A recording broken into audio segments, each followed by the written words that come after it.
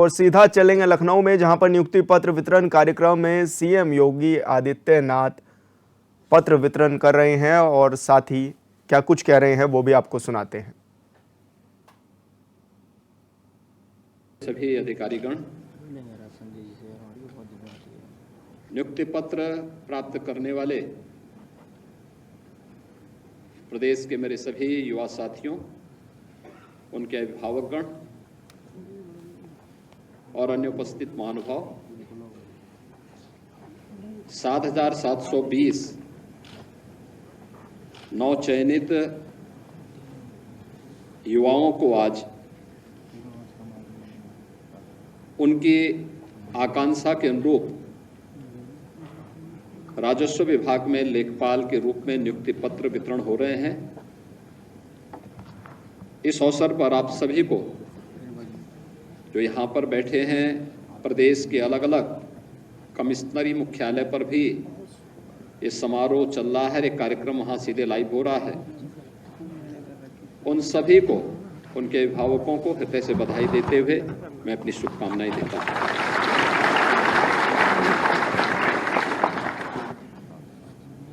आप सब जानते हैं कि राजस्व विभाग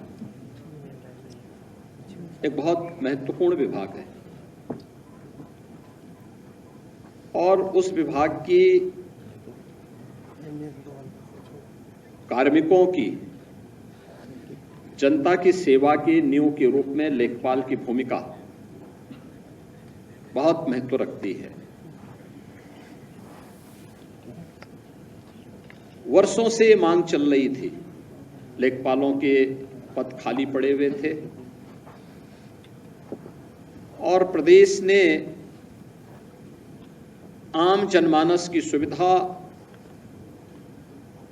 और प्रदेश में निवेश की व्यापक संभावनाओं को ध्यान में रख करके इस नियुक्ति की प्रक्रिया को समयबद्ध तरीके से आगे बढ़ाने के लिए 2022 में राजस्व विभाग ने अपना अध्याचन अधीनस्थ सेवा चयन आयोग को प्रदान किया था। चयन की प्रक्रिया पूरी ईमानदारी और पारदर्शिता के साथ अधीनस्थ सेवा चयन आयोग ने संपन्न की, लेकिन जैसा कि हम सबको देखने को मिलता है, कुछ लोगों की एक फितरत होती है, हर अच्छे कार्य में रोड़ा अटकाना, अफवाह पैदा करना, गुमराह करना और कहीं न कहीं नवचयनित लेखपालों के नियुक्ति पत्र वितरण में भी इस प्रकार के रोड़े अटकाने के प्रयास हुए। लेकिन राजस्व विभाग और अधीनस्थ सेवा चयन आयोग इसके लिए लड़ा और अंततः सुप्रीम कोर्ट से भी फैसला अपने पक्ष में करके आज 7,720 नवचयनित युवाओं को उनकी आकांक्षा के अनुरूप यह नियुक्ति पत्र आज प्रदान हो रहा है। इसके लिए मैं आप सबको बधाई देता हूं।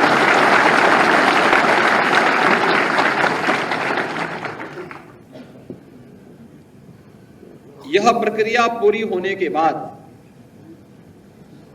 अभी 4,700 और नई नियुक्ति की अध्याचन हम भेज चुके हैं, उसको भी हम बहुत शीघ्र पूरे करने वाले हैं और इस प्रक्रिया के पूरे होते ही 30,837 जो लेखपाल प्रदेश में नियुक्त होने चाहिए, उनकी संख्या पूरी हो जाएगी। प्रदेश सरकार और डबल इंजन की ये सरकार युवाओं के रोजगार और उनकी नौकरी के लिए पूरी प्रतिबद्धता के साथ कार्य कर रही है। पिछले 7 वर्ष में आपने देखा होगा, नियुक्ति की प्रक्रिया पूरी पारदर्शिता के साथ, पूरी ईमानदारी के साथ, बिना किसी भेदभाव के युवा की योग्यता और उसकी क्षमता के अनुरूप प्रदेश सरकार ने इन कार्यक्रमों को आगे बढ़ाया, जिसका परिणाम था कि 6 लाख से अधिक युवाओं को हमें सरकारी नौकरी में नौकरी प्रदान करने और नियुक्ति पत्र प्रदान करने का अवसर प्राप्त हुआ और आज वे सभी युवा प्रदेश के विकास में अपना योगदान दे रहे हैं। वे अलग अलग क्षेत्र में थे, तो Uttar Pradesh public service commission में था, कोई अधीनस्थ सेवा चयन आयोग से था, कोई उच्च शिक्षा चयन आयोग बोर्ड से, कोई माध्यमिक शिक्षा चयन आयोग बोर्ड से, कोई बेसिक शिक्षा परिषद से, कोई पुलिस भर्ती के रूप में। यानी अकेले हम लोगों ने प्रदेश में 1,55,000 से अधिक तो पुलिस कार्मिकों की नियुक्ति की।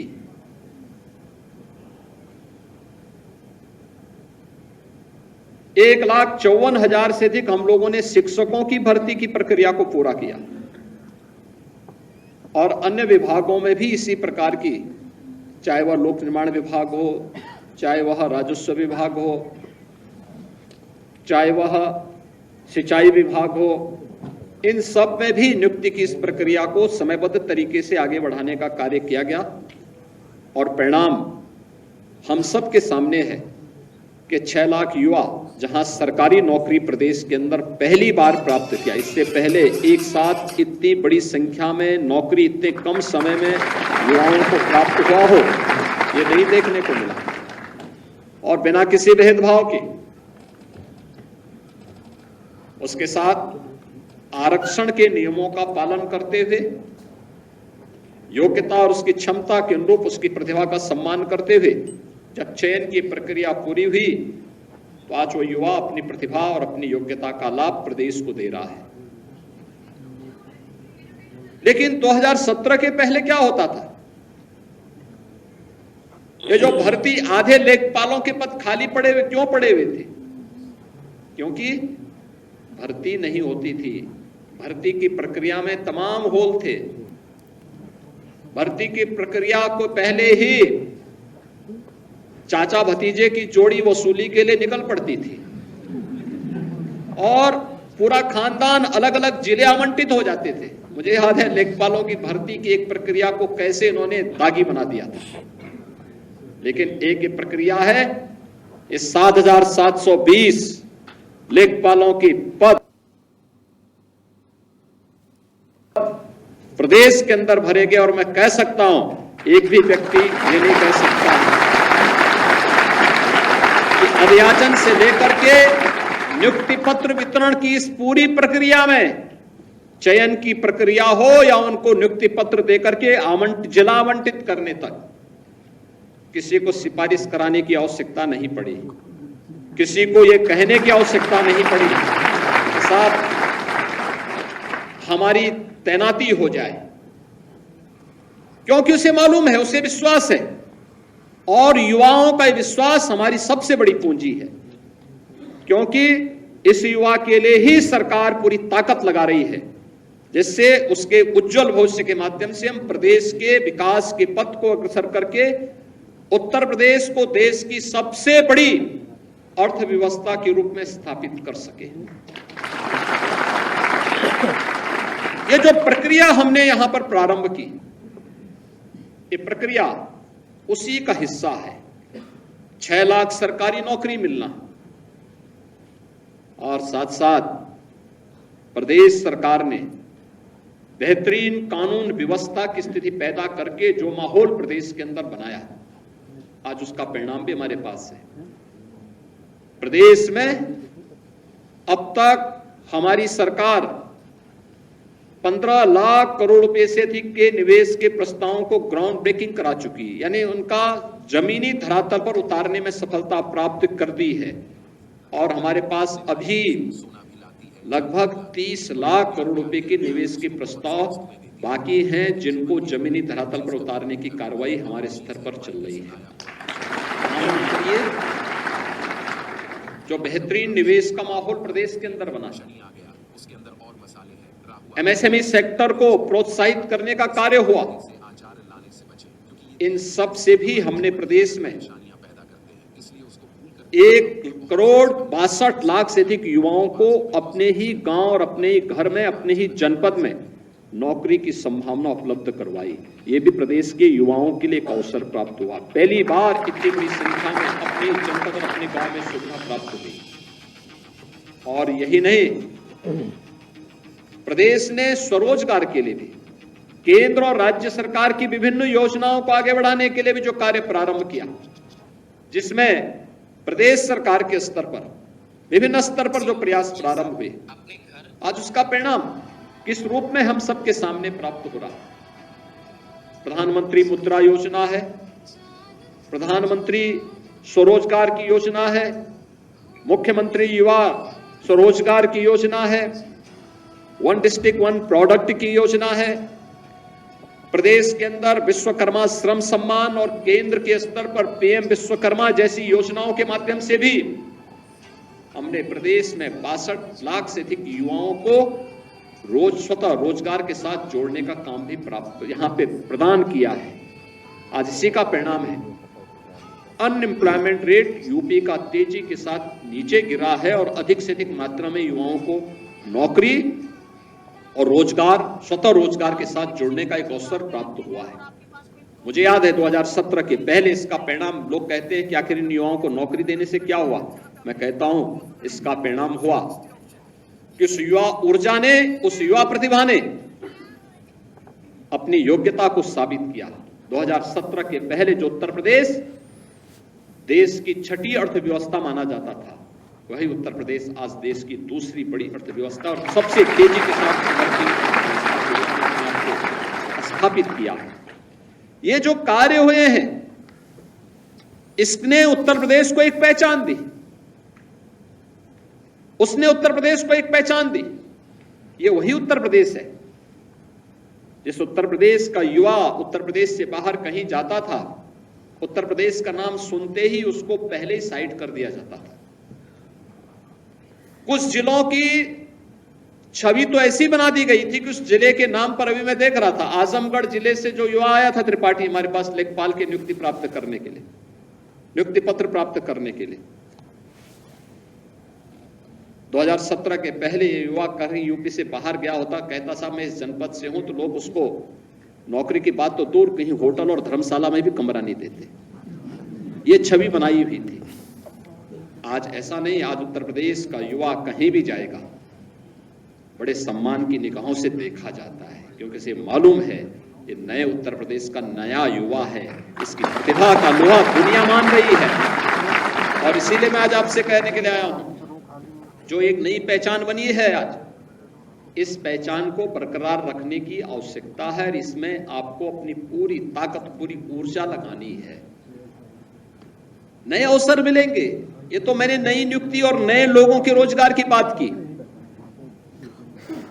इससे पहले क्यों नहीं हो पाती थी? क्योंकि नियत साफ नहीं थी, भाई भतीजावाद होता था, लोगों के साथ भेदभाव होता था, नियुक्ति के नाम पर पैसे वसूले जाते थे और न्यायालय को हस्तक्षेप करना पड़ता था, कोर्ट के स्टे होते थे, सरकार उसमें किम कर्तव्य विमूढ़ की स्थिति में होती थी, क्योंकि अगर स्टे वैकेट कराते हैं तो फिर उनको ये लगता था कि अच्छा खासा पैसा उनके दलालों के, गुर्गों के सब समाप्त हो जाएंगे, इसलिए वे उस पर रुचि भी नहीं लेते थे। आपने देखा होगा, अधियाचन गया, नियुक्ति की प्रक्रिया पूरी हुई, इसके बाद कुछ लोग न्यायालय में गए, क्योंकि कुछ लोगों की आदत होती है कि अच्छे कार्य में रोड़ा तो अटकाना ही अटकाना है, कुछ ना कुछ बोलना ही है। लेकिन अंततः सुप्रीम कोर्ट से भी हम लोग जीत करके आए और अब इन सभी युवाओं को ये नौकरी पत्र, नियुक्ति पत्र प्रदान किए जा रहे हैं। आपने देखा होगा कहीं कोई भेदभाव नहीं, कोई सिफारिश नहीं। तो अगर बिना भेदभाव और बिना सिफारिश के आपको नियुक्ति पत्र प्राप्त हो रहा है, तो आपकी जिम्मेदारी भी बनती है कि बिना किसी सिफारिश के प्रदेश में ईज ऑफ डूइंग बिजनेस की, एक गरीब की ईज ऑफ लिविंग के लिए आपके स्तर पर बड़े कार्य हो सकते हैं, अच्छे कार्य हो सकते हैं, और उसमें अपनी पहचान बनाना, अपने आप को स्थापित करना, सरकार यही अपेक्षा आपसे रखती है। एक गरीब के जीवन में आपका कार्य लगे, आपकी ऊर्जा लगे, आपकी प्रतिभा लगे, प्रदेश के अंदर निवेश की संभावनाओं में आपका पूरा सहयोग मिले, सकारात्मक सहयोग मिले, प्रदेश के अंदर जाति, निवास और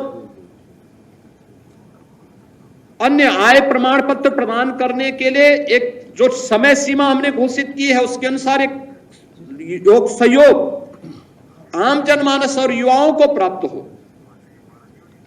वरासत, नामांतरण और पैमाइश से जुड़ी हुई कार्रवाई हम समय पे पूरा करें।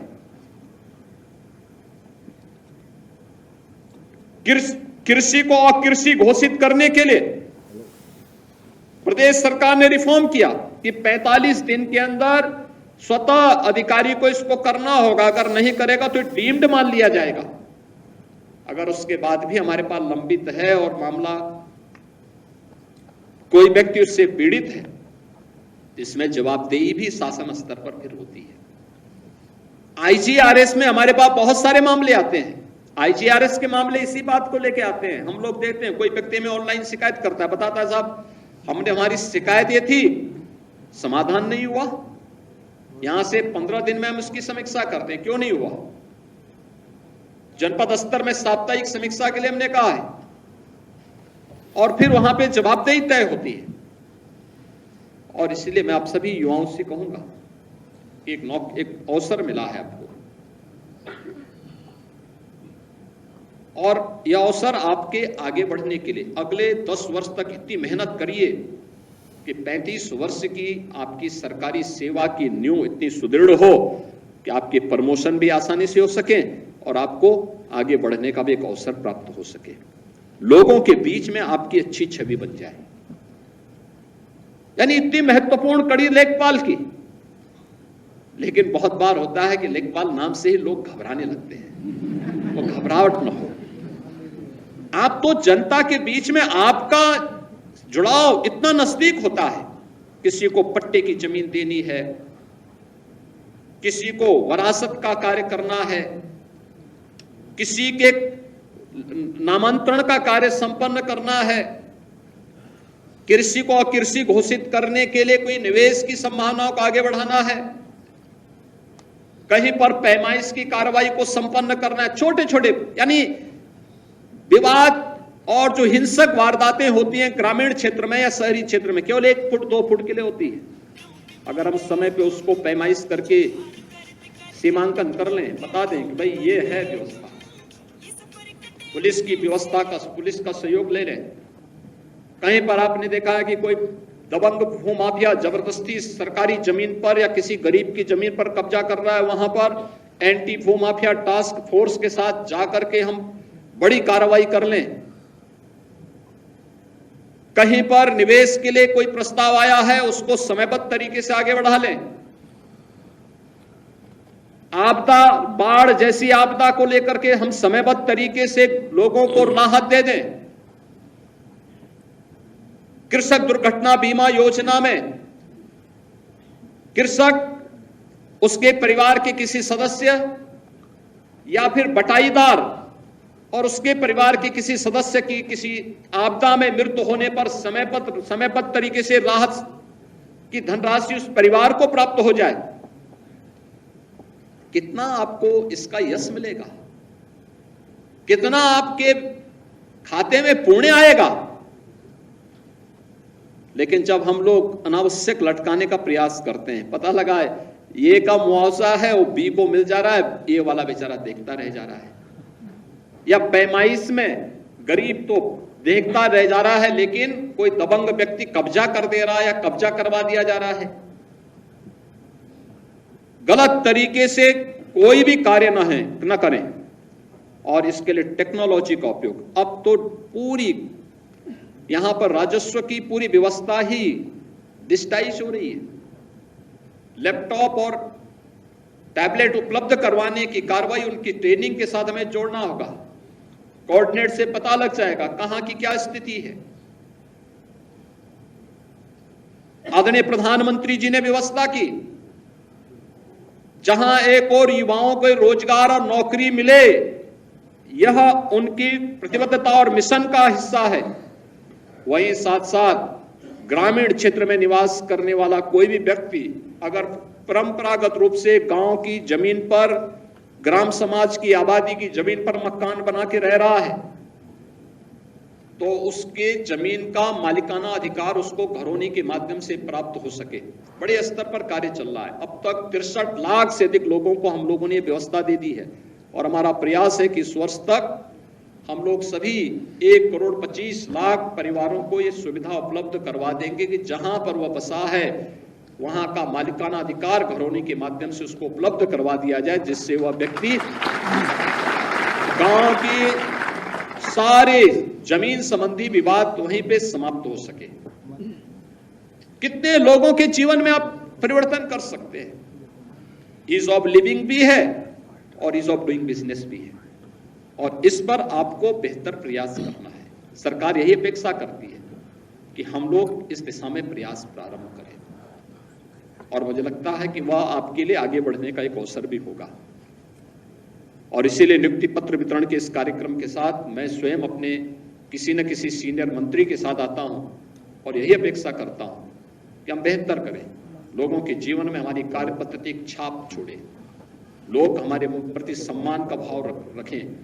इस प्रकार का भाव, इस प्रकार का आपको अपने कार्य पद्धति को बनाना होगा, और इसी कार्य पद्धति के लिए आज मैं यहाँ पर आपके बीच में यहाँ पर उपस्थित हुआ हूँ। आज के इस अवसर पर मैं आप सभी को एक बार फिर से हृदय से बधाई देता हूँ, अपनी शुभकामनाएं देता हूँ और विश्वास करता हूँ कि शासन की अपेक्षा के अनुरूप आप अपने कार्यकाल के दौरान बेहतरीन करके प्रदेश को देश की अग्रणी अर्थव्यवस्था के रूप में स्थापित करने के, प्रधानमंत्री मोदी जी के $1 ट्रिलियन की यूपी की इकोनॉमी को बनाने के इस अभियान का हिस्सा बनेंगे। आप सबके प्रति मेरी शुभकामनाएं। धन्यवाद। जय हिंद। बहुत बहुत धन्यवाद, आभार माननीय, आपके प्रेरणादायी उद्बोधन के लिए, आपके आशीर्वचनों के लिए। तो आपको बता दें कि मुख्यमंत्री योगी आदित्यनाथ आज नियुक्ति पत्र वितरण कार्यक्रम में पहुंचे थे, जहां पर उन्होंने सभी को संबोधित भी किया और साथ ही लेखपालों को नियुक्ति पत्र भी बांटे। मुख्यमंत्री योगी आदित्यनाथ ने कहा कि लेखपाल ही एक ऐसा व्यक्ति होता है जिसका जनता से बेहद करीबी रिश्ता होता है, और ऐसे में जनता को उनसे डरने की ज़रूरत नहीं होनी चाहिए, बल्कि वो जनता के लिए कार्य करे ताकि उनका बेहतर समन्वय जनता के साथ हो और जनता अपनी बात आकर उनसे आसानी से उनके सामने रख सके।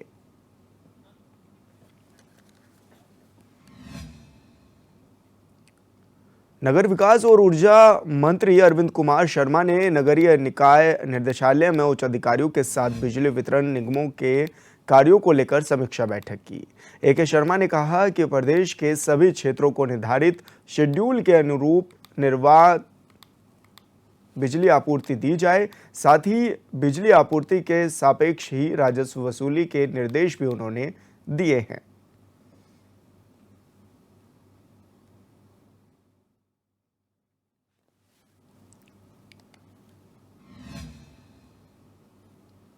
बसपा सुप्रीमो मायावती ने हाथरस कांड की एसआईटी जांच रिपोर्ट की आलोचना की है।